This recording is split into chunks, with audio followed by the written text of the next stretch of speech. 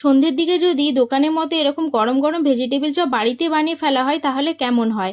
এখানে আমি গাজর আর বিট নিয়েছি, গাজর আর বিটটাকে ভালোভাবে গ্রেট করে নিয়েছি। এরপর একটা মশলা বানিয়ে নিতে হবে। এখানে গোটা গোলমরিচ, গোটা ধনে, গোটা জিরে, গোটা গরম মশলা নিয়ে হালকা ভেজে নিতে হবে। হালকা ভাজা হয়ে এলে এরপর ভালো করে গুঁড়ো করে নিতে হবে। এরপর কড়াইতে তেল দিয়ে তেল গরম হয়ে এলে গ্রেট করে রাখা আদা ও কেটে রাখা কাঁচা লঙ্কা কুচি দিয়ে ভালো করে ভাজতে হবে।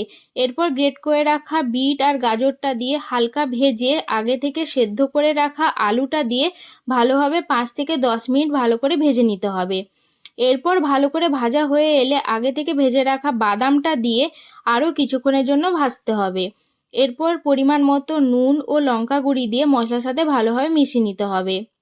লাস্টে ব্রেড ক্রাম্বস ও ধনেপাতা দিয়ে আর গুঁড়ো করে রাখা মশলাটা দিয়ে আরও কিছুক্ষণের জন্য মিশিয়ে নিতে হবে। আর আমি মশলাটা দেওয়ার সময় না ভিডিও করতে ভুলে গেছিলাম, তোমরা কিন্তু অবশ্যই মশলাটা দেবে। এরপর কড়াই থেকে পুরটা নামিয়ে পুরটা ঠান্ডা হয়ে এলে চপের আকারে গড়ে নিতে হবে। এরপর একটা বাটিতে কর্নফ্লাওয়ার আর বেসন নিয়ে ভালোভাবে মিশিয়ে নিয়ে এরপর ওই চপগুলো ওটার মধ্যে ডুবিয়ে বিস্কুট গুঁড়োর মধ্যে ভালোভাবে কোটিং করে একে একে আমি গড়ে নেব।